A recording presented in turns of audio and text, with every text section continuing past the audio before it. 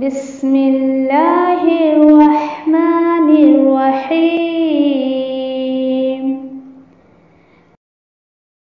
القرآن حیاتی.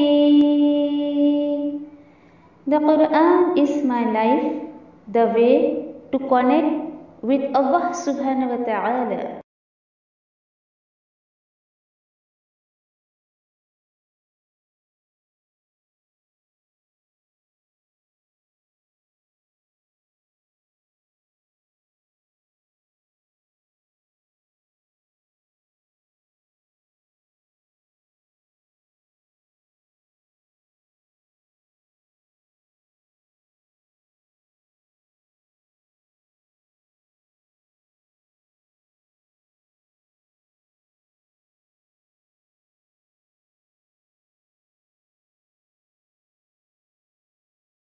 السلام علیکم ورحمۃ اللہ وبرکاتہ. انشاءاللہ سورہ اعراف میں ہم آیت نمبر 28 to 31 آج جو ہے وہ سنیں گے انشاءاللہ.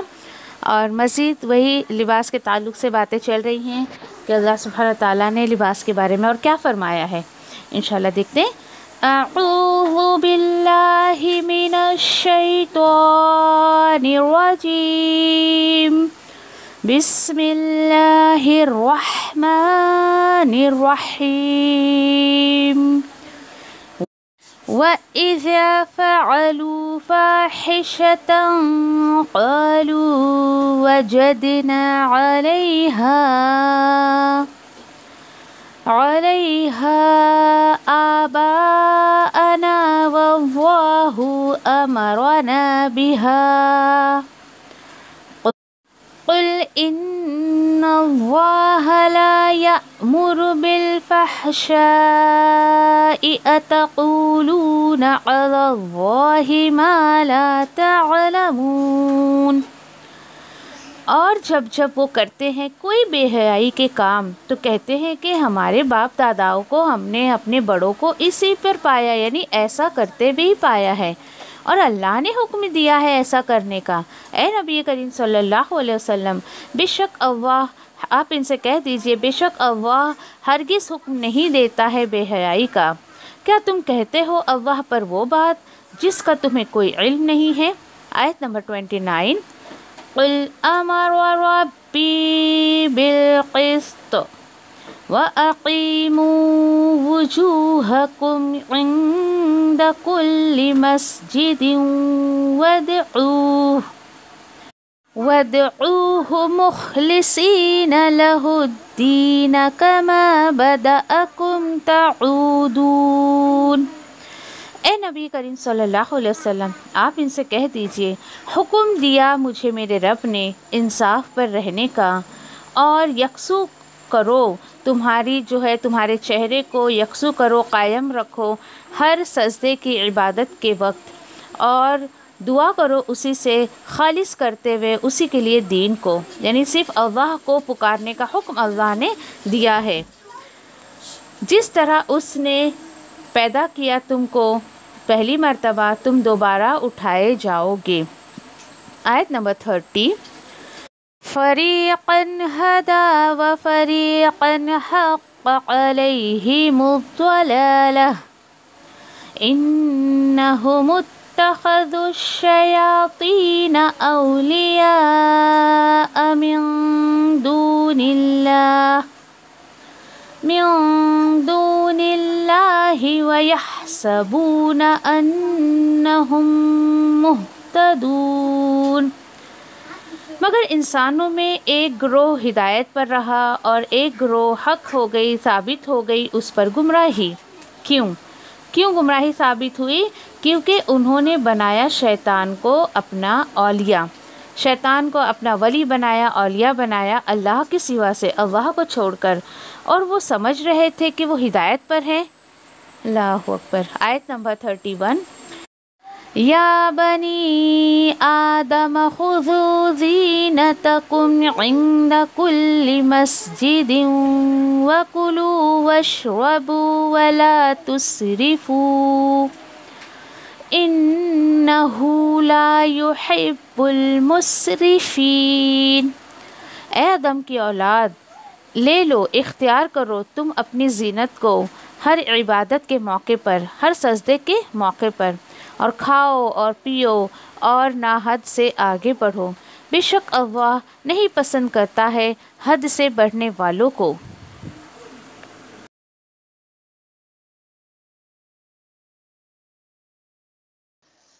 انشاءاللہ سورہ اعراف آیت نمبر 28 سے دیکھتے ہیں۔ اب اگلی کچھ آیتوں میں انشاءاللہ ہم جو ہے وہ اس کے پیچھے تھیم ہے کچھ، وہ میں بتا دوں تو بات آپ کو بالکل صحیح سے سمجھ آ جائے گی انشاءاللہ، کہ اصل میں جو مکہ والے تھے، ٹھیک ہے، ان کا انہوں نے ایک رسم بنا لی تھی کہ انشاءاللہ اس سورہ اعراف میں ہی آگے ہم پڑھیں گے کہ ان کی عبادت کا طریقہ کیا تھا، اور ان کی جو ہے کس طریقے سے یہ اللہ کے گھر کا طواف کیا کرتے تھے، یہ انشاءاللہ اسی ہم صورت میں دیکھیں گے۔ تو اس پر اللہ سبحانہ تعالیٰ آیتوں میں بتا رہے ہیں کہ اصل میں یہ لوگ جب بھی یعنی کہ اللہ کے گھر کا طواف کرتے تھے تو بالکل بغیر کپڑے کے کیا کرتے تھے، بالکل کوئی کپڑا ان کے جسم پر نہیں ہوا کرتا تھا، سارے کپڑے یہ اتار دیتے تھے، اور عورتوں کی جو شرمگاہ ہوتی تھی بس ایک چمڑے کا ٹکڑا ایسے ہی لگا لیا کرتے تھے، اور بس وہی ان کا جو وہی سطر ہوا کرتی تھی۔ اور جب ان سے یہ کہا جاتا تھا تو کیا کہتے تھے کہ جن کپڑوں میں ہم گناہ کرتے ہیں نا تو اس میں اللہ کے سامنے جانے ہمیں شرم آتی ہے، ہمیں حیا آتی ہے، ہمیں جو ہے یعنی برا لگتا ہے۔ تو اب دیکھیے کہ یہ ان کی حرکتیں ہوا کرتی تھی، اور جواب کیا دیتے تھے ان آیتوں میں انشاءاللہ ہم دیکھتے ہیں۔ وَإِذَا فَعَلُوا فَاحِشَةً قَالُوا وَجَدْنَا عَلَيْهَا آبَاءَنَا وَاللَّهُ أَمَرَنَا بِهَا، اور جب وہ کرتے تھے کوئی بھی بے حیائی کے کام، اور جب انہیں کہا جاتا تھا کہ مت کرو تو کیا کہتے تھے، وَجَدْنَا عَلَيْهَا آبَاءَنَا، کہ ہم نے پایا ایسا کرتے ہوئے ہمارے باپ دادا کو۔ استغفر اللہ، دیکھیے ذرا، چلیے یہ بولے تو بولے لیکن اس سے بھی بڑا، اس سے بھی سخت بات انہوں نے اور کیا کہا کہ اللہ ہی نے ہمیں ایسا کرنے کا حکم دیا ہے۔ دیکھیے تعجب لگا آپ کو سن کر کہ اس طریقے کی تو بے حیائی کیا ہوا کرتی تھی، یہ بے حیائی کہ اللہ کے گھر کا طواف بالکل برہنہ کرتے تھے یہ لوگ، جسم پہ کوئی کپڑا نہیں ہوا کرتا تھا، ہے نا۔ دیکھیے کہ یہ بھی ایک شیطان کا وار ہوتا ہے۔ پیچھے ہم نے دیکھی پچھلی آیتوں میں ہم نے پڑھا شیطان، یہ ابلیس، یہ کس کس طریقے سے جو ہے یعنی کہ وسوسے ڈالتا ہے انسان کے دل میں۔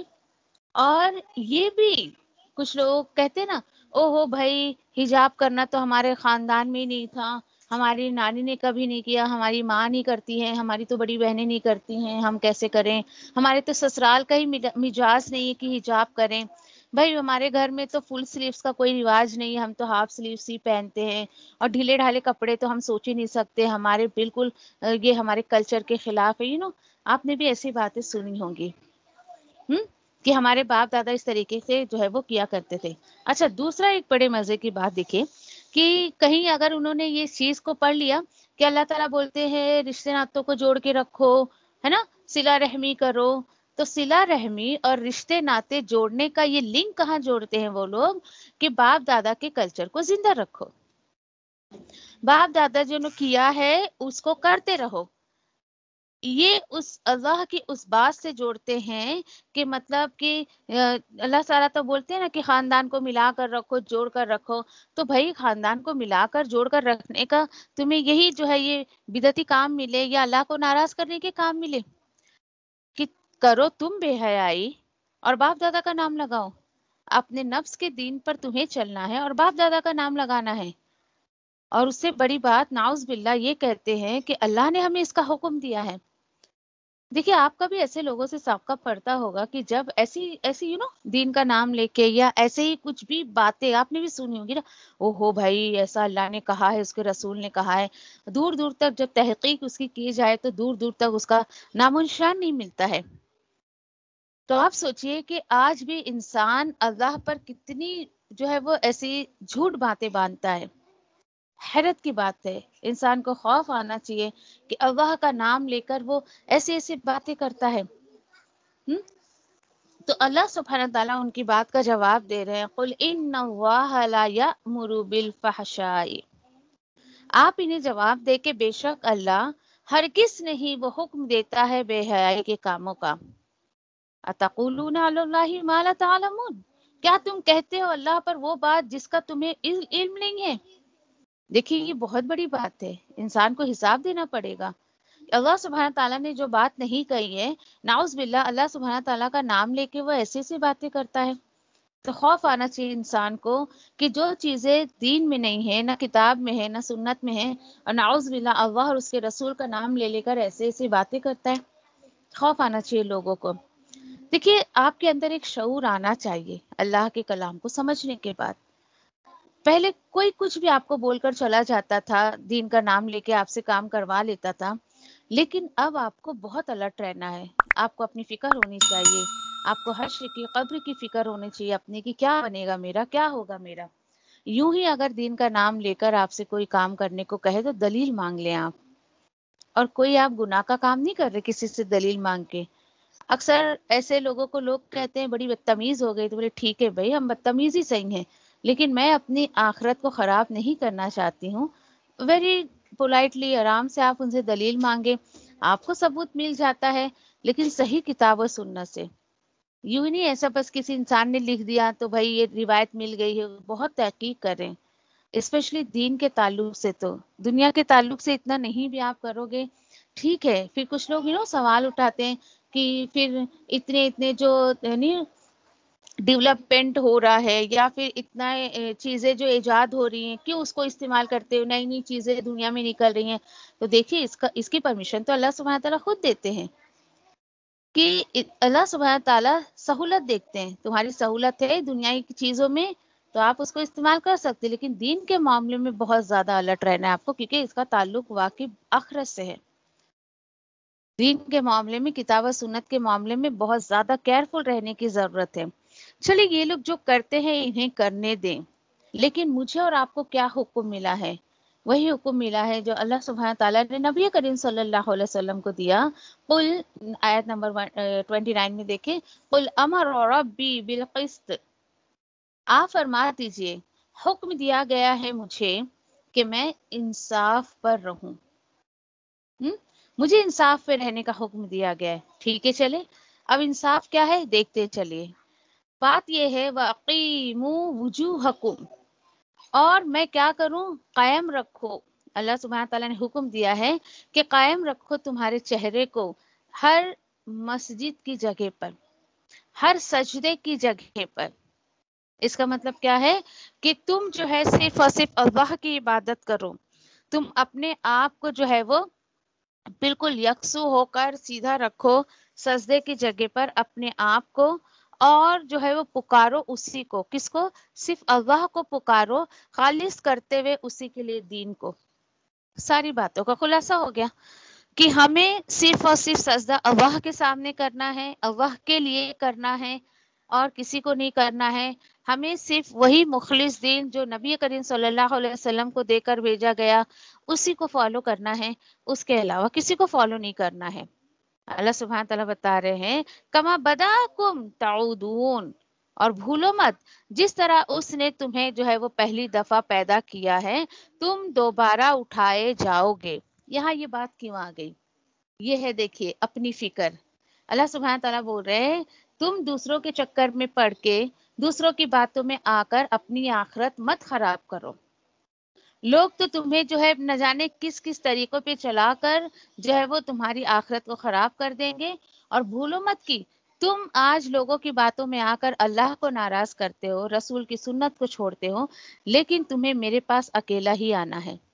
جس طریقے سے تم دنیا میں اکیلے آئے تھے، تمہارے ساتھ یہ کوئی نہیں آئے تھے جو لوگ تمہیں بے راہ کر رہے ہیں، اسی طریقے سے آخرت میں تم میرے پاس اکیلے ہی آؤ گے۔ دنیا میں جو لوگ دعوے کر رہے ہیں، یا جو لوگ آپ کو جو ہے یعنی کہ دین سے ہٹانے کی کوشش کر رہے ہیں، بڑے بڑے دعوے کر رہے ہیں کہ ہم تمہارا کچھ بنا دیں گے، بگاڑ دیں گے، وہ تمہارا کوئی ساتھ نہیں دینے والے ہیں۔ اب ہوا کیا؟ آگے دیکھتے ہیں۔ آیت نمبر 30 میں اللہ سبحانہ تعالیٰ بتا رہے ہیں، اللہ سبحانہ تعالیٰ نے کہا کہ تم اپنے آپ کو بالکل میرے لیے خالص کرو، میرے دین کے لیے خالص کرو، لیکن ہوا کیا؟ ہوا یہ کہ فریقاً ہدا و فریقاً حق علیہم الضلالہ، مگر انسانوں میں سے ایک گروہ ایسا ہوا کہ جو ہدایت پر رہا، اور ایک گروپ ایسا ہو گیا کہ ثابت ہو گئی کیا اس پر؟ گمراہی۔ گمراہی اس پر ثابت ہو گئی۔ حیرت کی بات ہے نا، ایسا کیوں ہوا؟ ایسا اس لیے ہوا کہ جن لوگوں نے اس آیت کو مان لیا، کہ جن لوگوں کو یہ بات سمجھ آ گئی کہ وَادْعُوهُ مُخْلِصِينَ لَهُ الدِّينَ، کہ صرف اللہ کو پکارنا ہے خالص کرتے ہوئے اسی کے دین کو، ایسے لوگوں کو اللہ سبحانہ تعالیٰ نے ہدایت دے دی، کیونکہ ان لوگوں نے ہدایت مانگی۔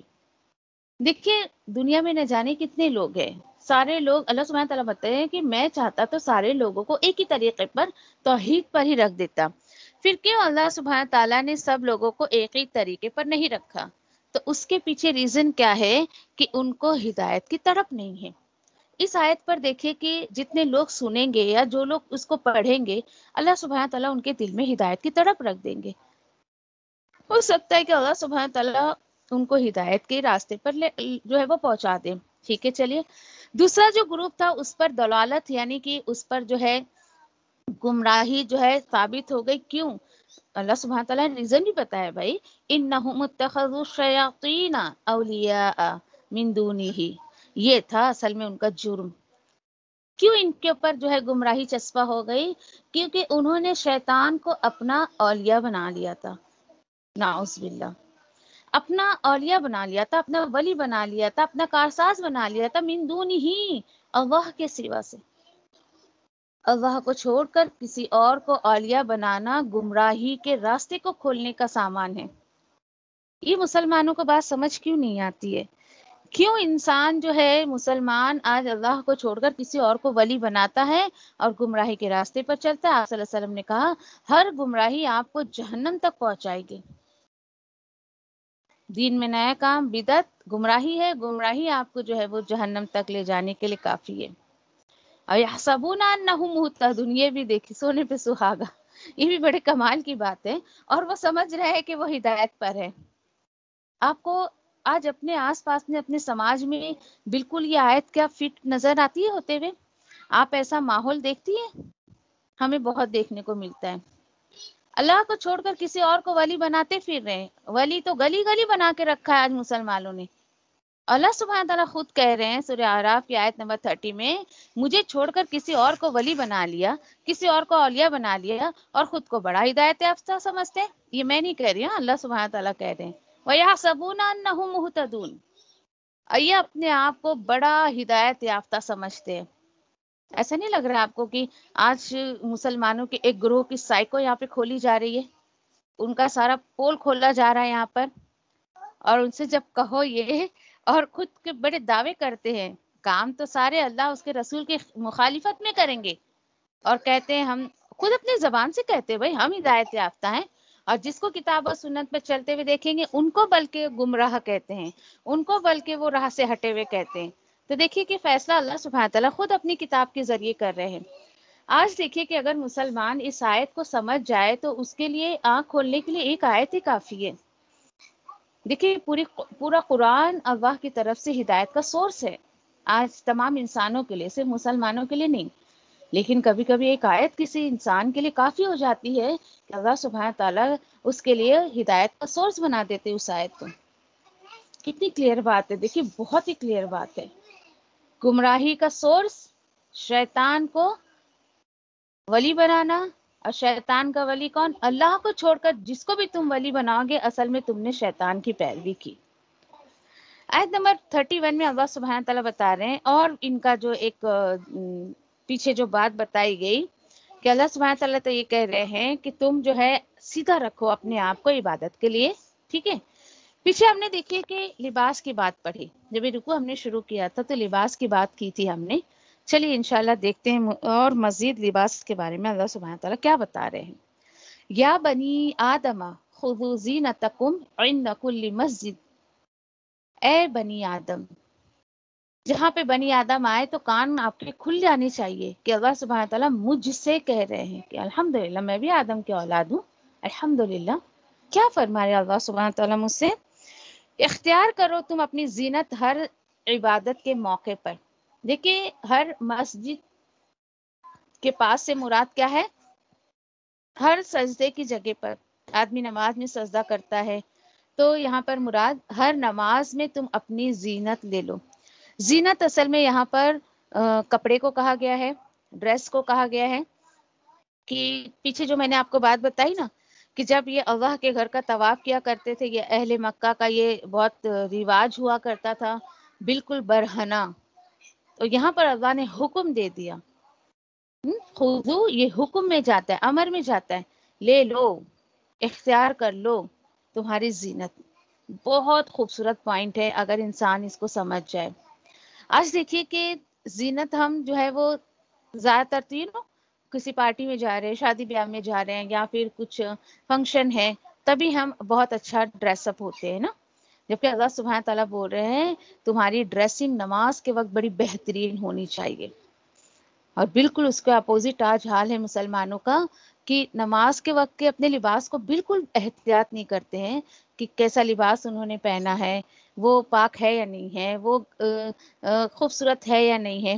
بلکہ ذرا سا اچھا سا ڈریسنگ کر لیں گے تو بولیں گے نہیں بھائی اس میں تو میں نماز ہی نہیں پڑھ سکتی، نماز ہی غائب کر دیتے، نہیں مجھے ستارے موتی چھپتے ہیں، میں یہاں بیٹھی تو یہاں چھپتے وہاں چھپتے، ایسا نا. جبکہ حکم تو یہ ملا ہے کہ نماز کے وقت آپ کا بہترین لباس ہونا چاہیے. اور مزید بات کرتی ہوں، وَكُلُوا وَاشْرَبُوا وَلَا تُسْرِفُوا، اور کھاؤ اور پیو اور تم حد سے مت بڑھو. کیوں بھائی؟ إِنَّهُ لَا يُحِبُّ الْمُسْرِفِينَ، کیونکہ اللہ حد سے بڑھنے والوں کو پسند نہیں کرتا. اس آیت کو لکھ کے رکھیے آپ. جو لوگ دین کو غریب سمجھتے ہیں، یا دین داروں کو یا دین کو بے ڈھنگا سمجھتے ہیں، یا جو لوگ دیندار ہیں، دین کی ذمہ داری اللہ نے انہیں دی ہے، اور وہ اپنے آپ کو لوگوں کے سامنے بے ڈھنگا بن کر جو پیش کرتے ہیں، انہیں یہ آیت سنائیے کہ بھائی آپ کے ہاتھ میں اللہ نے دین کی ذمہ داری ہے، آپ کو تو کتنا بہترین رہنا چاہیے. آج ایک دیندار کی تصویر کیا چھاپی جاتی ہے، یا ایک دیندار کا کیا نقشہ انسان کھینچتا ہے اپنے نظر میں؟ ہاں، وہ پھٹا سا کرتا، گندا سا کرتا پہنا ہوئی، یہ انہیں دیکھیے جس طریقے سے ہم دین سماج کے سامنے پیش کریں گے، لوگوں کو دین ویسا ہی لگے گا. دیکھیے اللہ سبحانہ تعالیٰ پہننے اڑنے کے لیے، کھانے پینے کے لیے بالکل منع نہیں کرتے.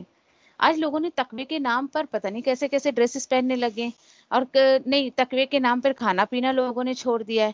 میں نے کوئی آیت اللہ کے کلام میں نہیں پڑھی جہاں اللہ نے منع کیا ہو کہ مت کھاؤ. ہاں، کہاں پہ آیا ہے مت کھاؤ؟ کہ صرف تم جو ہے حرام کھانے سے اللہ نے روکا ہے، اور جو ناپاک کھانے سے اللہ نے روکا ہے. باقی تو میں نے کہیں پر بھی اللہ کی کتاب میں نہیں دیکھا. بہترین سے بہترین اللہ تعالیٰ بولتے ہیں کھاؤ، اور کچھ لوگ تقوی کے نام پہ چھوڑ دیتے ہیں. نہیں بھائی ہم اچھا کھانا نہیں کھائیں گے کیونکہ ہم بڑے تقوی والے ہیں. یہ تو ہم نے نہیں پڑھا کبھی بھی اللہ کی کتاب میں، نہ آپ صلی اللہ علیہ وسلم کی سنت حدیث میں، کہیں پر بھی نہیں. یہ آیتیں دکھائیے جو لوگ دینداروں کو ایک دم گری ہوئی نظر سے دیکھتے ہیں نا. یقین کریے کہ باقی کچھ لوگ سوچتے ہیں کہ نہیں ہم دیندار ہیں تو بابا ہم اچھا پہن نہیں سکتے، اچھا اوڑھ نہیں سکتے، اس طریقے سے. دیکھیے جو میں نے بار بار آپ سے یہ بات کہی نا کہ جو تصویر آپ پیش کریں گے سماج کے سامنے، وہی آپ کو جو ہے وہ ملے گا. پھر ان آیتوں پہ مجھے ایک بات یاد آ جاتی ہے، پیچھے بھی کہیں میں نے شیئر کیا تھا شاید، کہ ایک دفعہ میں اپنی کلاس سے آ رہی تھی، ایک بچی مجھے اکثر راستے میں دکھا کرتی تھی. تو ایک دن بڑی پیاری سی بچی ہوا کرتی تھی، کافی ٹائم پہلے کی بات ہے. اس کو ایک دن میں نے اس کو روکا، میں نے کہا آپ کا نام کیا ہے، نام پوچھا اس سے ایسی. تو آپ کیا کرتی ہیں؟ بڑی چھوٹی سی بچی آئی تھنک 6-7 سال کی رہی ہوگی. تو مجھ سے پوچھتی ہے تم کیا کرتے ہو؟ تو میں نے کہا میں عربی پڑھاتی ہوں لوگوں کو. اوہو، پرس ٹانگ کے جاتی ہو عربی پڑھانے؟ اس بچی کا جواب اتنا سرپرائزنگ تھا میرے لیے. تو آپ سوچئے کہ مطلب اس کے ذہن میں ایک آپا باجی عربی پڑھانے والی کی کیا تصویر چھپی ہوئے گی. اور میرے برقعے تو عبایا وغیرہ بھی رہتے ہیں، تو مطلب اس کو بڑا سرپرائزنگ لگا کہ یہ عربی پڑھاتی ہے، قرآن پڑھاتی ہے، اور پرس ٹانگ کے جا رہی ہیں. تو اس طریقے سے تو خیر اللہ کا شکر ہے، اللہ نے بڑی حکمت دی ہے، سینس دیا، اللہ کا احسان ہے کہ جس طریقے کے لوگ میرے سامنے رہتے ہیں میں اپنے آپ کو ان کے سامنے ویسے ہی پیش کرتی ہوں. اللہ کا شکر ہے، یہ اللہ کی طرف سے الحمدللہ. دیکھیے کہ میں تو یہ کہتی ہوں اپنے اسٹوڈنٹس کو، جو ٹیلنٹ اللہ نے آپ کو دیا ہے نا، آپ دین اس کے تھرو پھیلائیے. اللہ سبحانہ تعالیٰ نے آپ کو کھانے پینے کا، پکانے کا سینس دیا، تو اس کے ذریعے آپ دین پھیلائیے. آپ کو ڈریسنگ کا سینس ہے، آپ اس کے ذریعے دین پھیلائیے. کیونکہ کچھ لوگوں کو ایسا لگے گا نہیں بھائی دین میں آئے تو ہم اچھا اوڑھ نہیں سکتے، کھا نہیں سکتے، پی نہیں سکتے. تو یہ کانسیپٹ کلیئر کریے لوگوں کا. ایسا نہیں ہے کہ آپ دین میں آئیں گے تو نعوذ باللہ یہ چیزیں آپ کو چھوڑنی پڑے گی، کبھی بھی نہیں. اللہ نے کبھی بھی اس چیز کی ڈیمانڈ نہیں کی ہے. آج یہ کانسیپٹ لوگوں کے ذہن سے کلیئر کرنے کی ضرورت ہے. جیسے لوگ آپ کے سامنے ہیں آپ اس طریقے سے ان سے بات کریں. زیادہ پڑھے لکھے اسٹینڈرڈ لوگ ہیں, آپ ان جائیے ایسی ڈریسنگ کر کے جائیے, آپ ان کے سامنے دین پیش کریے. تھوڑے ایسے لوگ ہیں جو جیسے گاؤں کھیڑے کے لوگ ہیں, تو آپ ان کے سامنے ویسے ایگزامپلس دیں یا ان کے ساتھ اس طریقے سے باتیں کریں. ایسا یہ حکمت اللہ سے مانگیے انشاءاللہ. اللہ سبحانہ تعالیٰ بول رہے ہیں کہ تمہاری زینت لو, یہ تو بات سمجھ آ گئی, چلیے اسراف مت کرو. یہ کیا بات ہے؟ بس ایک بہت لمبا چوڑا میں اس پہ آپ کو تو ڈیفینیشن نہیں دوں گی, چھوٹی سی بات کہوں گی, شاید آپ کو بالکل یہ بات سمجھ آ جائے گی. دیکھیے پیچھے ہم نے پڑھا تھا کہ لباس التقوی, یاد آیا آپ کو؟ تقریباً آئی تھنک آیت نمبر کچھ 26 میں ہم نے پڑھا تھا لباس التقوی. ٹھیک ہے, چلیے لباس التقوی کا اپوزٹ بس آپ یہ سمجھ لیے کہ مسرفین جو ہے یہ لباس التقوی کا اپوزٹ ہے. اور یہ کیا ہے؟ یہ سمجھیے کہ دیکھیے تقوی اندر کی حالت کا نام ہے, اور لباس آپ کی اوپری خوبصورتی کو جو ہے وہ ظاہر کرتا ہے. آپ اوپر سے کتنے خوبصورت ہیں. لباس التقوی ٹھیک ہے, چلیے آپ کا اندر بہت اچھا خوبصورت ہے, آپ کا وہ چیز آپ کے اوپر بھی ظاہر ہونی چاہیے. دیکھیے کہ آپ حیثیت ہے آپ کی بہت اچھے سے اچھا پہنے, بس ایک ارادہ رکھیے, ایک نیت رکھیے کہ اس کو جو آپ پہن رہی ہیں اپنی حیثیت کے مطابق, تو اس میں آپ کی نیت, آپ کا انٹینشن کیا ہونا چاہیے؟ میرا رب راضی ہو جائے. آپ دین کو اہمیت دینے کے لیے اس کو پہنیے. کیوں؟ میں مسلمان ہوں بھائی, اللہ نے مجھے نوازا ہے, میں دیندار ہوں, اللہ نے حکم دیا ہے تو میں پہن رہی ہوں. بالکل یہ سوچ نہ ہو کہ لوگ میرے کپڑوں کی تعریف کریں, میری تعریف کریں, یا میرے جیسا کسی کا ہونا نہیں چاہیے. یہ نہ تھوت رکھے, بالکل نہ رکھے, بالکل بھی نہیں. ٹھیک ہے.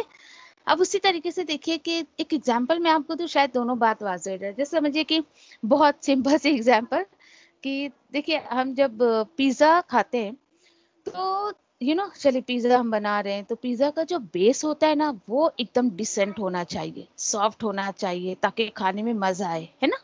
آپ اس کے اوپر ٹھیک ہے ہمارا بیس بہت اچھا, اس کا ڈو میں نے تیار کیا, اس کا بیس بڑا بیسٹ ہو گیا میرا.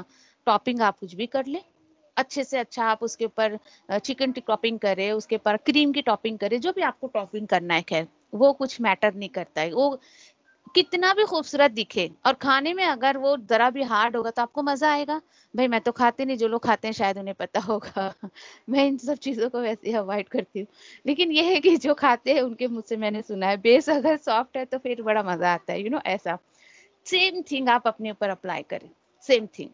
دیکھیے اگر آپ بہت اچھا لباس پہنی ہیں لیکن اندر آپ کے اندر سمجھیے کہ تکبر ہے, گھمنڈ ہے, اور لوگوں کو نیچا دکھانے کی ایک عادت ہے, وہ آپ کے ہاؤ بھاؤ میں, آپ کے کردار میں, آپ کے اخلاق میں اگر وہ جھلک رہا ہے, تو بس بیسیکلی آپ سمجھیے کہ آپ کا ڈو ہی خراب ہے. کس طریقے سے؟ آپ کا بیس ہی خراب ہے, اندر سے آپ کا تقوی نہیں ہے, آپ کا اخلاق خراب ہے. بس یہ بات سمجھ لیجئے اس ایگزامپل سے, اندر سنوارنے کی کوشش کریں اپنے آپ کو. جب آپ کا اندر سنورے گا نا تو خود بخود وہ چیز آپ کے اخلاق میں نظر آئے گی, آپ کے ڈریس اپ میں نظر آئے گی. بالکل. اسراف کی اور ایک ایگزامپل دوں نا اگر, بالکل اور آسان طریقے سے, کہ دیکھیے کہ موقع کے حساب سے ڈریس اپ ہونا, یہ اللہ تعالیٰ بول رہے ہیں. اگر آپ چاہتی ہیں نا اللہ نے آپ کو نوازا ہے آپ اسراف نہ کریں, تو بس ڈریس اپ آپ کا مواقع کے حساب سے ہونا چاہیے, تو انشاءاللہ وہ اسراف نہیں ہوگا اللہ کی نظر میں. ٹھیک ہے. فار ایگزامپل دیکھیے کہ ہم دیکھیے مواقع کے حساب سے کیسے ڈریسنگ ہوتے ہیں. کوئی اگر دیکھیے کہ میت میں جا رہا ہے تو کوئی چمک دھمک کے ایسے پارٹی ویئرنگ کے کپڑے نہیں پہن کے جاتا نا. دین اس کے بعد اگر شادی بیاہ میں جا رہا ہے تو کوئی سمپل ڈریس اپ نہیں کرتا ہے نا. اسی طریقے سے پھر اگر سمجھیے فار ایگزامپل دیکھیے ایک شوہر ہے, بیوی ہے, تو اب شوہر کا تقاضا کیا ہے کہ وہ بیوی اس کے سامنے کیسے بھی ڈریسنگ کرے, کوئی بھی میٹر نہیں کرتا ہے. وہ کپڑے پہنے نہیں پہنے, شارٹ پہنے فل پہنے, کچھ میٹر نہیں کرتا. کہ بھائی اس کا شوہر ہے, اللہ نے تو اجازت دی ہے کہ وہ ایک دوسرے کے لباس ہے. لباس ان دا سینس کہ وہ کیسے بھی رہیں ایک دوسرے کے سامنے. اگر سمجھیے کہ ایک عورت شوہر کے سامنے جیسا رہنا ہے ویسا نہ رہتے ہوئے عجیب ہی حلیہ بنائے وہ, اور شوہر چاہ رہا ہے کہ میں اپنی بیوی کو اس حالت میں دیکھوں جیسا وہ ڈیمانڈ کر رہا ہے, اور وہ الگ ہی کچھ اپنا حلیہ بنا کے آ جائے, تو یہ مواقع کے حساب سے اس نے کام نہیں کیا, دیٹ مینس اس نے اسراف کیا. یہ ہے غلط ڈریس پہننا، بالکل اس طریقے سے، یہ اصل میں اسراف ہے۔ اچھا آپ دیکھیے کہ جتنے زیادہ مہنگے کپڑے ہوتے ہیں آئی تھنک سو کہ بڑے ٹرانسپیرنٹ ہوتے ہیں وہ، کہ دیکھیے میں تو مہنگے کپڑے نہیں خریدتی تو مجھے تو اتنا آئیڈیا نہیں، لیکن مارکیٹنگ کرتے ہیں تو اتنا تو سمجھ میں آتا ہے۔ اور یہ بھی کہو نا کہ چیز پسند ہے لیکن بھائی میرے مزاج کے خلاف ہے کہ اتنا باریک کپڑا تو میں نہیں پہن سکتی، تو پتہ ہے آپ یہ دیکھیے کہ مارکیٹ والے تک یہ کہتے ہیں کہ کیا کریں ایسے ہی چل رہا ہے۔ تو آپ دیکھیے کہ ایسے ہی چل رہا ہے مطلب کیا ہے، تو لوگوں نے اس چیز کو موٹیویٹ کیا نا، ایسا نہ کریں۔ دیکھیے آپ تو کم سے کم ذمہ دار نہ بنے، ہم تو کم سے کم یہ المسرفون کی کیٹیگری میں نہ آئے، کوشش کریں، حد درجے کوشش کریں انشاءاللہ، ٹھیک ہے۔ تو دیکھیے کہ وہ حکمت مانگے اللہ سے کہ جو اللہ سبحانہ تعالیٰ عنایتوں پہ عمل کرنے کی توفیق عطا فرمائے، تو کوشش کریں اسراف سے بچیں اور لوگوں کو یہ آیتیں پڑھائیں کہ بھائی اللہ تعالیٰ نے کھانے پینے کے لیے منع نہیں کیا ہے۔ کچھ لوگوں کے منہ سے تو میں نے یہ بھی سنا ہے کہ اگر انہیں کوئی اگر فروٹ پیش کرو، نہیں نہیں بابا میم تو یہ جنت میں فروٹ کھائیں گے، تو بھائی جنت میں ہی دینا ہوتا تو اللہ سبحانہ تعالیٰ دنیا میں کیوں دیتے؟ کیوں اللہ سبحانہ تعالیٰ نے دیا ہے؟ کھانے کے لیے دیا ہے نا۔ انسان کو اتنی سمپل سی بات کیوں سمجھ نہیں آتی؟ تو دیکھیے سمپل رہیں، بالکل اوور نہ کریں، دینداری کا اتنا زیادہ بھی انسان کو اوور نہیں کرنا چاہیے کہ اگلا بندہ اپنے آپ کو اتنا نکما سمجھے، بولے بھائی بھائی ان کے اندر تو اتنا تقویٰ ہے، میں تو کچھ لائق ہی نہیں ہوں۔ نہ بھی کسی کو ڈی موٹیویٹ نہ کرے بالکل بھی اتنا۔ قرآن بہت زیادہ زندگی ہمیں سکھاتا ہے، اللہ سبحانہ تعالیٰ نے اتنی سمپل زندگی بتائی ہے قرآن کے ذریعے ہمیں کہ انسان آسانی سے اس پر عمل کر سکتا ہے۔ دعا کرے اللہ سبحانہ تعالیٰ سے عمل کی توفیق مانگے انشاءاللہ۔ الحمدللہ آیت نمبر 31 تک ہو گیا۔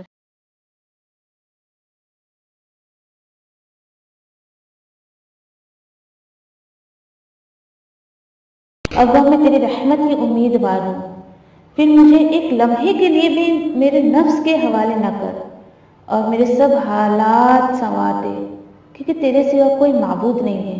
ابا میں تجھ سے نفع بخش علم، پاکیزہ رزق اور قبول ہونے والے عمل کا سوال کرتی ہوں۔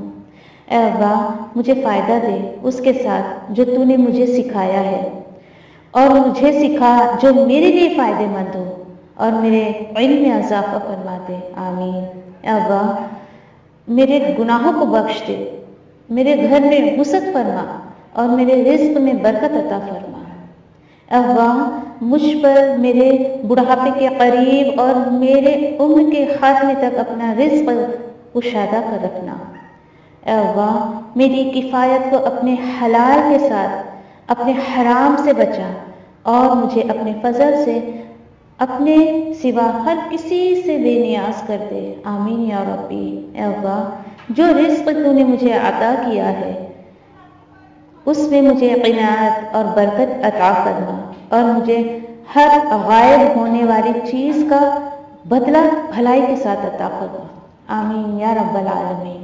اے ابا کوئی کام آسان نہیں مگر جسے تو آسان کر دے، اور جب تو چاہتا ہے مشکل کو آسان کر دیتا ہے۔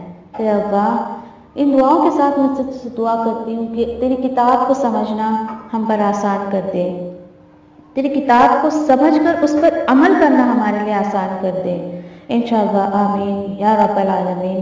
سبحان اللہ و بحمدہ، سبحانک اللہم و بحمدک، نشہد ان لا الہ الا انت، نستغفرک و نتوب الیک۔ سبحان ربک رب العزۃ عما یصفون وسلام علی المرسلین والحمد للہ رب العالمین، برحمتک یا ارحم الراحمین۔ ربنا آتنا فی الدنیا حسنہ وفی الآخرۃ حسنہ وقنا عذاب النار۔ ربنا تقبل منا انك انت السميع العليم وتب علينا انك انت التواب الرحيم، آمين يا رب العالمين۔ والسلام علیکم ورحمۃ اللہ وبرکاتہ۔